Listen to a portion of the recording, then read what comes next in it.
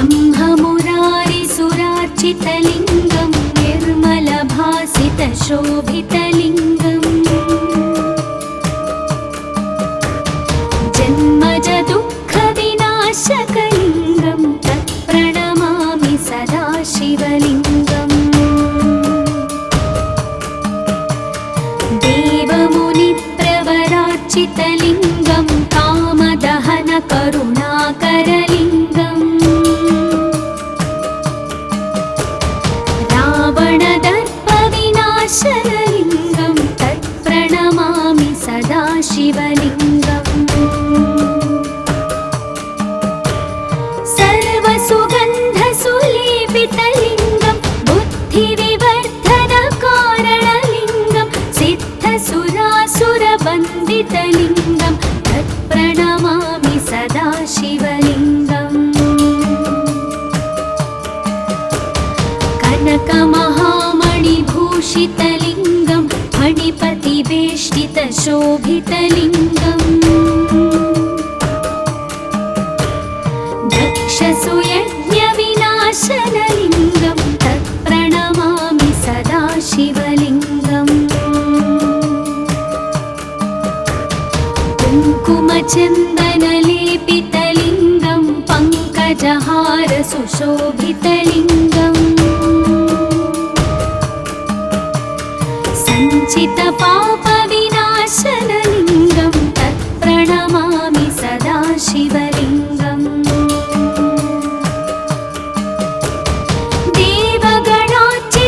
देवगणार्चितसेवितलिङ्गं भावैर्भक्तिभिरेव च लिङ्गं दिनकरकोटिप्रभाकरलिङ्गं तत्प्रणमामि सदा शिवलिङ्गम् अष्टदलोपरिवेष्टितलिङ्गं सर्वसमुद्भवकारणलिङ्गम् अष्टदरिद्रविनाशनलिङ्गं तत्प्रणमामि सदा शिवलिङ्गम् सुरगुरुसुरवरपूजितलिङ्गं सुरवनपुष्पसदार्चितलिङ्गम्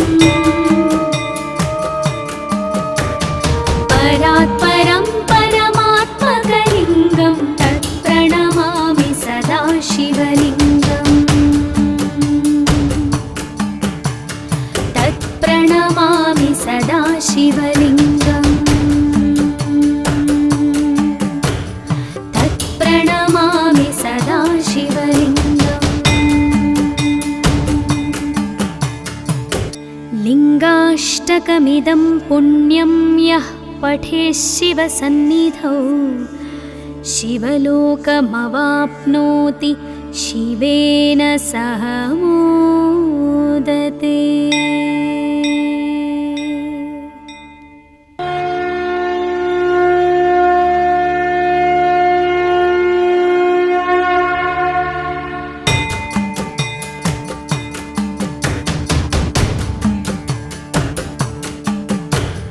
ब्रह्ममुरारिसुरार्चितलिङ्गं निर्मलभासितशोभितलिङ्गम्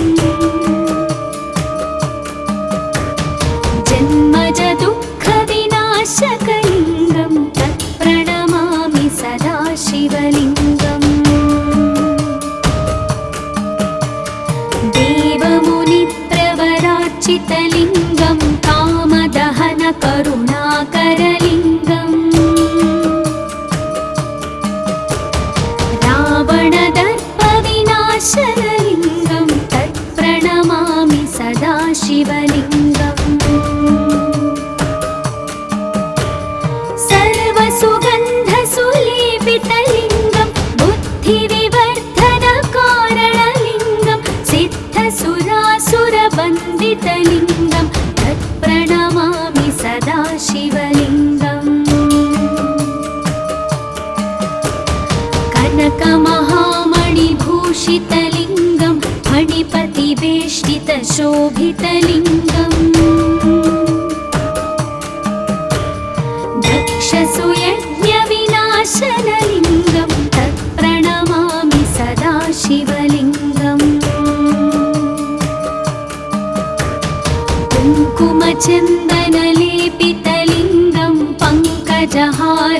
शोभितलिङ्गम् सञ्चितपापविनाशनलिङ्गं तत्प्रणमामि सदा शिवलिङ्गम् देवगणार्चितसेवितलिङ्गं भावैर्भक्तिभिरेव च लिङ्गं दिनकरकोटिप्रभाकरलिङ्गं तत्प्रणमामि सदा शिवलिङ्गम् अष्टदलोपरिवेष्टितलिङ्गं सर्वसमुद्भवकारणलिङ्गम् अष्टदरिद्रविनाशनलिङ्गं तत्प्रणमामि सदा शिवलिङ्गम् सुरगुरुसुरवरपूजितलिङ्गं सुरवनपुष्पसदार्चितलिङ्गम् परात्परं परमात्मकलिङ्गं तत्प्रणमामि सदा शिवलिङ्गम् तत्प्रणमामि सदा शिवलिङ्गम् तत्प्रणमामि सदा शिवलिङ्गम् लिङ्गाष्टकमिदं पुण्यं यः पठेत् शिवसन्निधौ शिवलोकमवाप्नोति शिवेन सह मोदते। ॐ नमः शिवाय।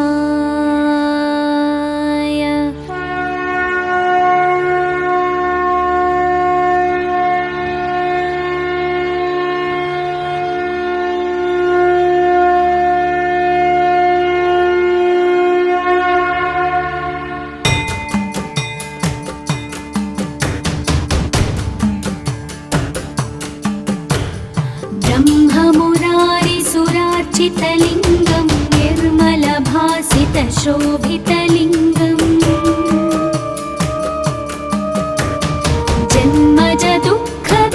जन्मजदुःखविनाशकलिङ्गं तत्प्रणमामि सदा शिवलिङ्गम्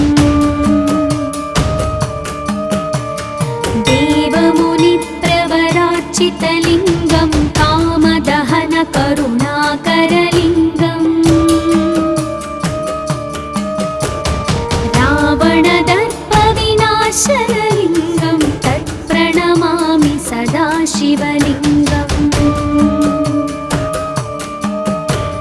सर्वसुगन्धसुलेपितलिङ्गं बुद्धिविवर्धनकारणलिङ्गं सिद्धसुरासुरवन्दितलिङ्गं तत्प्रणमामि सदा शिवलिङ्गम् कनकमहामणिभूषितलिङ्गं फणिपतिवेष्टितशोभितलिङ्गम् दक्षसुयज्ञविनाशनलिङ्गं तत्प्रणमामि सदा शिवलिङ्गम् कुङ्कुमचन्दनलेपितलिङ्गं पङ्कजहारसुशोभितलिङ्गम् सञ्चितपापविनाशनलिङ्गं तत्प्रणमामि सदा शिवलिङ्गम्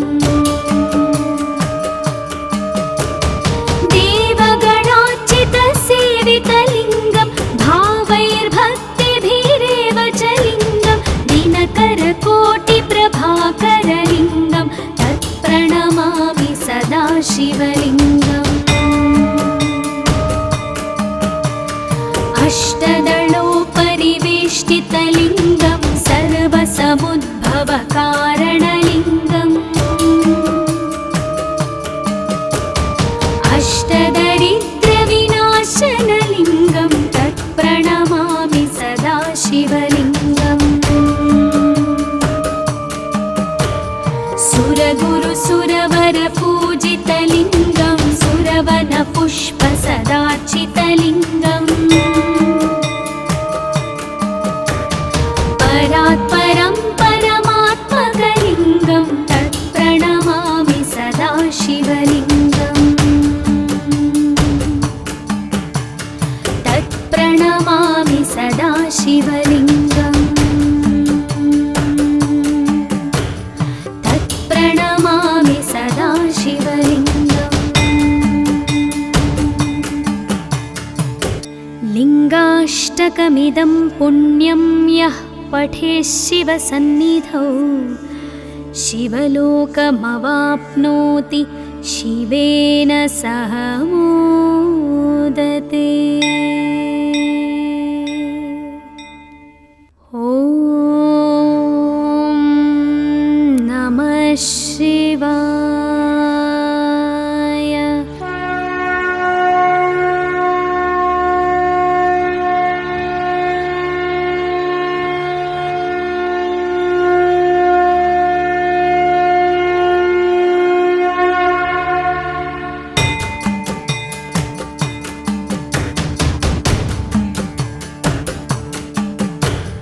ब्रह्ममुरारिसुरार्चितलिङ्गं निर्मलभासितशोभितलिङ्गम् जन्मजदुःखविनाशकलिङ्गं तत्प्रणमामि सदा शिवलिङ्गम् देवमुनिप्रवरार्चितलिङ्गं कामदहनकरुणाकरलिङ्गम् रावणदर्पविनाशनलिङ्गं तत्प्रणमामि सदा शिवलिङ्गम् सर्वसुगन्धसुलेपितलिङ्गं बुद्धिविवर्धनकारणलिङ्गं सिद्धसुरासुरवन्दितलिङ्गं तत्प्रणमामि सदा शिवलिङ्गम् कनकमहामणिभूषितलिङ्गं फणिपतिवेष्टितशोभितलिङ्गम् दक्षसुयज्ञविनाशनलिङ्गं तत्प्रणमामि सदा शिवलिङ्गम् कुङ्कुमचन्दनलेपितलिङ्गं पङ्कजहारसुशोभितलिङ्गम् सञ्चितपापविनाशनलिङ्गं तत्प्रणमामि सदा शिवलिङ्गम् देवगणार्चितसेवितलिङ्गं भावैर्भक्तिभिरेव च लिङ्गं दिनकरकोटिप्रभाकरलिङ्गं तत्प्रणमामि सदा शिवलिङ्गम् अष्टदलोपरिवेष्टितलिङ्गं सर्वसमुद्भवकारणलिङ्गम् अष्टदरिद्रविनाशनलिङ्गं तत्प्रणमामि सदा शिवलिङ्गम् सुरगुरुसुरवरपूजितलिङ्गं सुरवनपुष्पसदार्चितलिङ्गम् परात् परं परमात्मकलिङ्गं तत्प्रणमामि सदा शिवलिङ्गम् तत्प्रणमामि सदा शिवलिङ्गम् तत्प्रणमामि सदा शिवलिङ्गम् लिङ्गाष्टकमिदं पुण्यं यः पठेत् शिवसन्निधौ शिवलोकमवाप्नोति शिवेन सह मोदते। ॐ नमः शिवाय।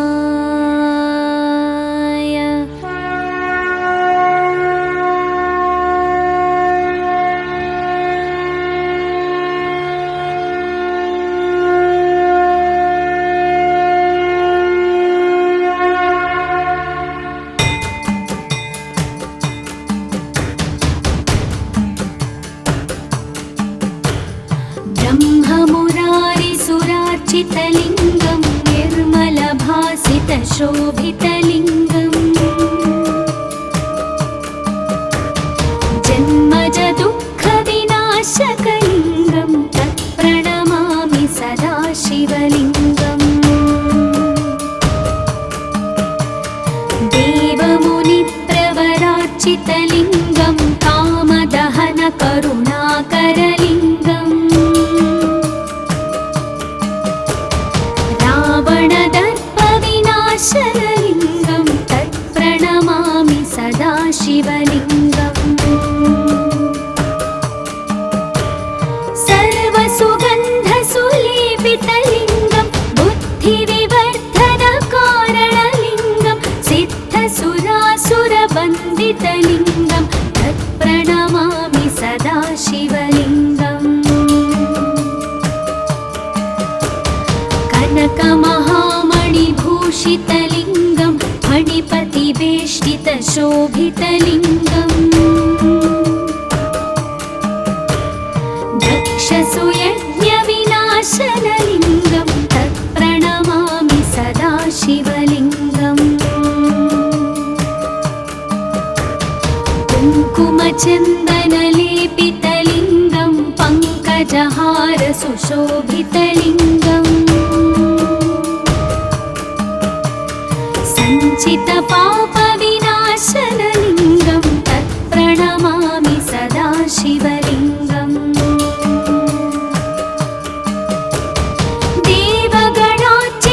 देवगणार्चितसेवितलिङ्गं भावैर्भक्तिभिरेव च लिङ्गं दिनकरकोटिप्रभाकरलिङ्गं तत्प्रणमामि सदा शिवलिङ्गम् अष्टदलोपरिवेष्टितलिङ्गं सर्वसमुद्भवकारणलिङ्गम् अष्टदरिद्रविनाशनलिङ्गं तत्प्रणमामि सदा शिवलिङ्गम् सुरगुरुसुरवरपूजितलिङ्गं सुरवनपुष्पसदार्चितलिङ्गम् परात्परं परमात्मकलिङ्गं तत्प्रणमामि सदा शिवलिङ्गम् तत्प्रणमामि सदा शिवलिङ्गम् तत्प्रणमामि सदा शिवलिङ्गम् लिङ्गाष्टकमिदं पुण्यं यः पठेत् शिवसन्निधौ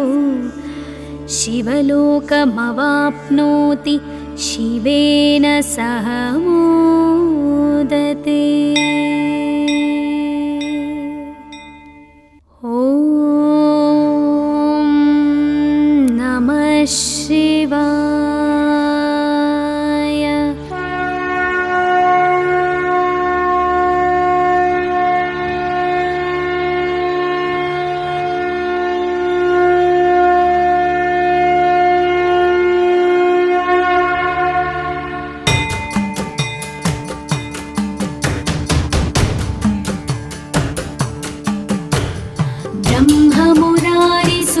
ब्रह्ममुरारिसुरार्चितलिङ्गं निर्मलभासितशोभितलिङ्गम्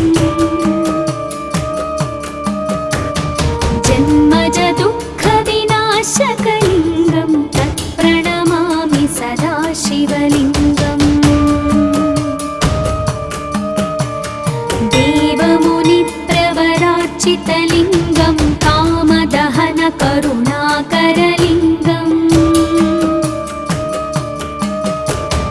रावणदर्पविनाशनलिङ्गं तत्प्रणमामि सदा शिवलिङ्गम् सर्वसुगन्धसुलेपितलिङ्गं बुद्धिविवर्धनकारणलिङ्गं सिद्धसुरासुरवन्दितलिङ्गं तत्प्रणमामि सदा शिवलिङ्गम् कनकमहामणिभूषितलिङ्गं फणिपतिवे परिवेष्टितशोभितलिङ्गम्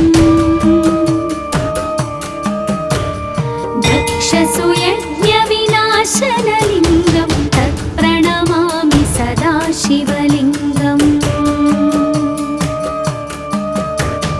कुङ्कुमचन्दनलेपितलिङ्गं पङ्कजहारसुशोभितलिङ्गम् सञ्चितपापविनाशनलिङ्गं तत्प्रणमामि सदा शिवलिङ्गम् देवगणार्चितसेवितलिङ्गं भावैर्भक्तिभिरेव च लिङ्गं दिनकरकोटिप्रभाकरलिङ्गं तत्प्रणमामि सदा शिवलिङ्गम् अष्टदलोपरिवेष्टितलिङ्गं सर्वसमुद्भवकारणलिङ्गम् अष्टदरिद्रविनाशनलिङ्गं तत्प्रणमामि सदा शिवलिङ्गम् सुरगुरुसुरवरपूजितलिङ्गं सुरवनपुष्पसदार्चितलिङ्गम् परात्परं परमात्मकलिङ्गं तत्प्रणमामि सदा शिवलिङ्गम् तत्प्रणमामि सदा शिवलिङ्गम् तत्प्रणमामि सदा शिवलिङ्गम् लिङ्गाष्टकमिदं पुण्यं यः पठेत् शिवसन्निधौ शिवलोकमवाप्नोति शिवेन सह मोदते। ॐ नमः शिवाय।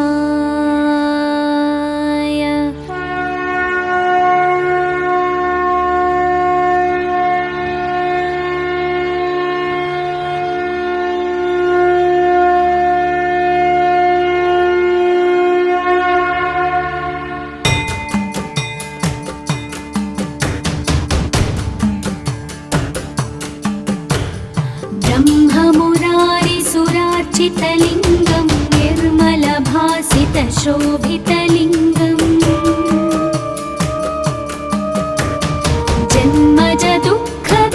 जन्मजदुःखविनाशकलिङ्गं तत्प्रणमामि सदा शिवलिङ्गम् देवमुनिप्रवरार्चितलिङ्गं कामदहनकरुणाकरलिङ्गम् रावणदर्पविनाशनलिङ्गं तत्प्रणमामि सदा शिवलिङ्गम्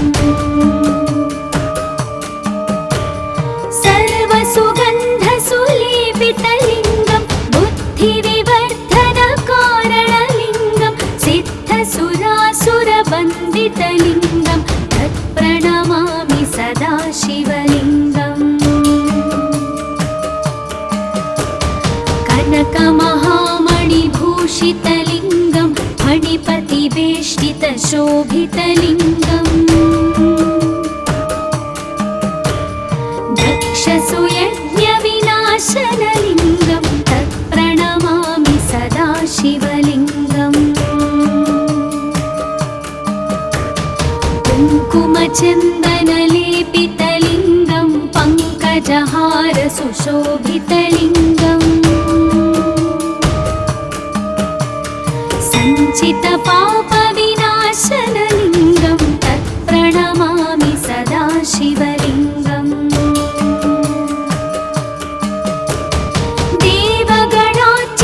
देवगणार्चितसेवितलिङ्गं भावैर्भक्तिभिरेव च लिङ्गं दिनकरकोटिप्रभाकरलिङ्गं तत्प्रणमामि सदा शिवलिङ्गम् अष्टदलोपरिवेष्टितलिङ्गं सर्वसमुद्भवकारणलिङ्गम्